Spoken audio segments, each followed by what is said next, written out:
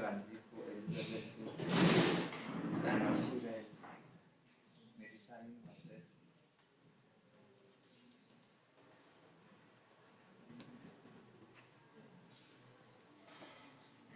So CPU scheduling is the basis of the program operating system.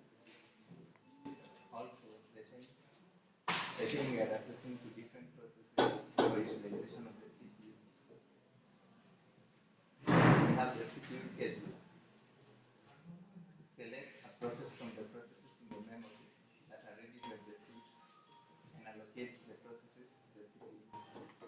That is the work of the CPU schedule. It is the starting point. So we have in CPU scheduling, we have two types of scheduling. There is preemptive and non-preemptive. So then we have the dispatcher. It is the module that gives control to the CPU to the process selected by the short-term schedule. So after the CPU scheduler is selected, it is the dispatcher that gives control of the CPU to the selected process. So we have dispatch latency. The time it takes for the dispatcher to stop one process and start another run. When a process switches from the running to the waiting stage, and when a process terminates, it is said to be non-preemptive scheduling. So then we have the definition of the. We start with the non-preemptive scheduling. So when a process switches from the running stage to the ready stage, and when a process switches from the waiting stage to the ready stage, time around time, period spent waiting to get in the memory plus waiting time, Q plus executing on the CPU and doing input output. So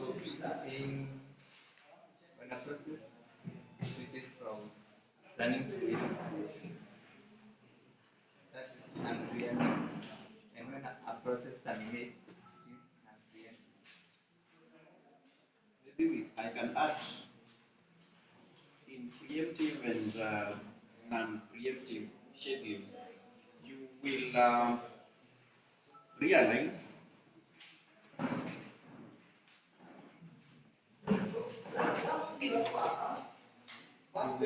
that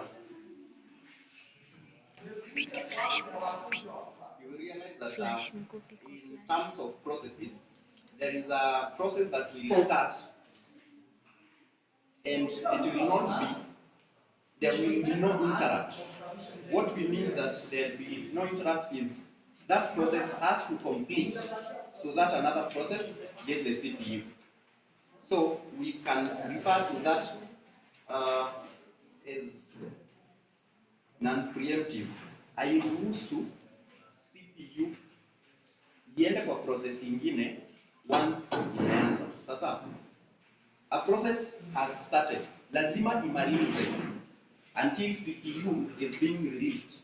Sasa to another process. Sasa so but on the preemptive, a process can start na ingoje input and output. For example, where we have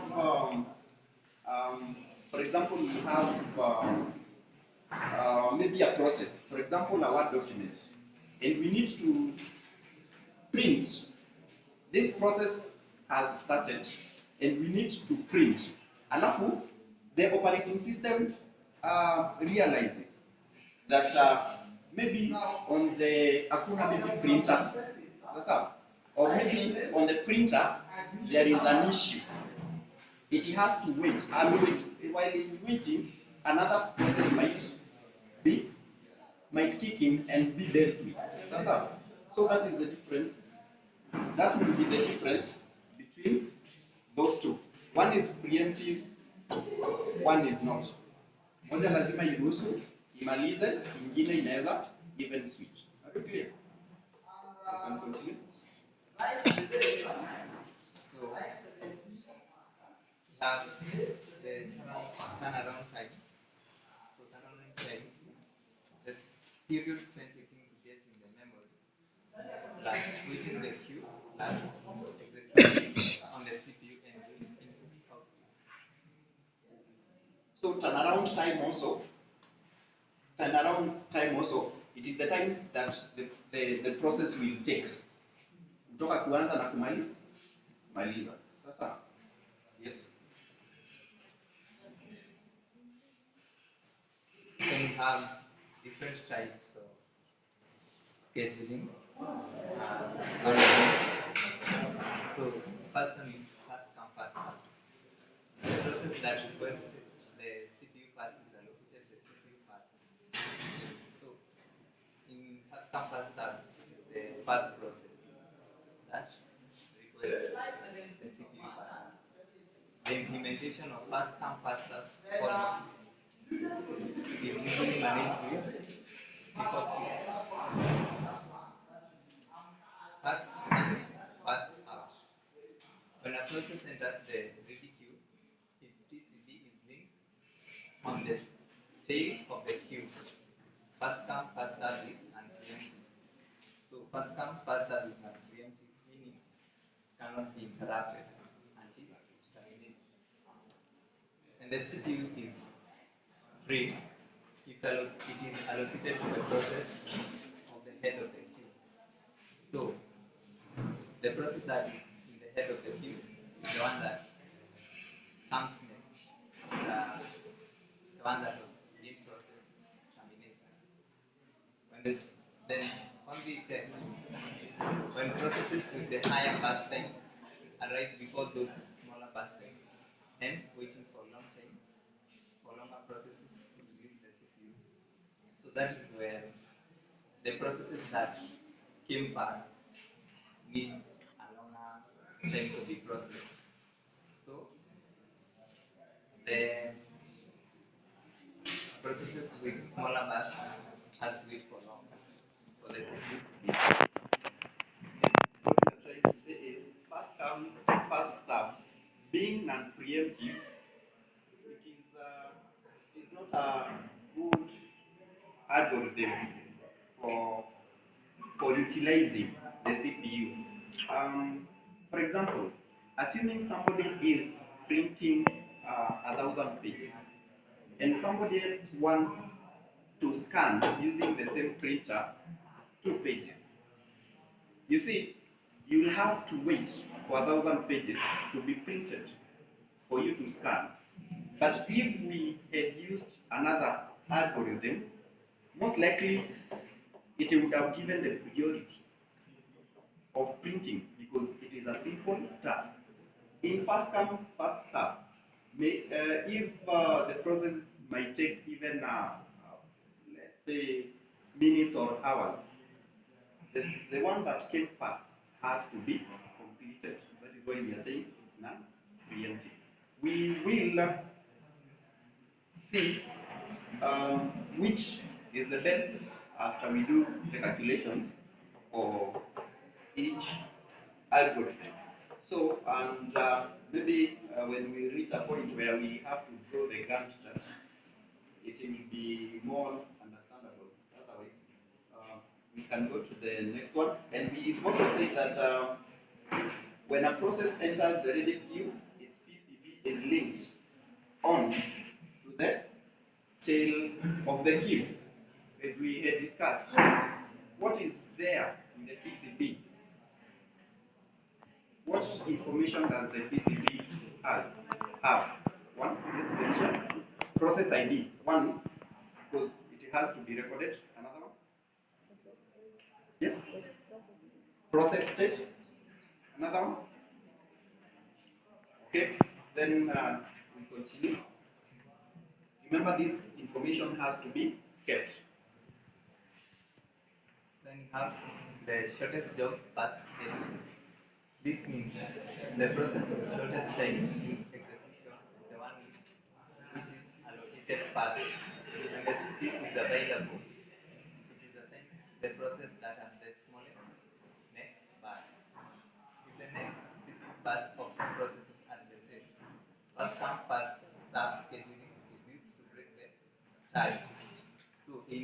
shortest job path, the shortest process, which the shortest process comes first, is given the first priority. Then, So, what he is trying to say is, assuming we have process one,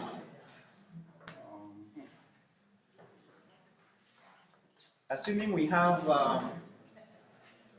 process one, process two, process three, process four, and they have the same bus time, we pick the process that is indicated to be fast.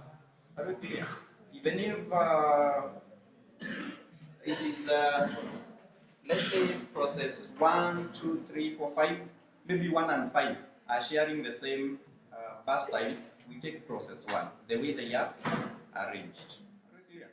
So that is what it means when he says that. I think we should have maybe another group also to you finish with the shortest job first scheduling, then we have the next group to continue with the rest, right? Yes, you can explain and let's the group three. Group three will maybe another group will take over from the shortest job first. so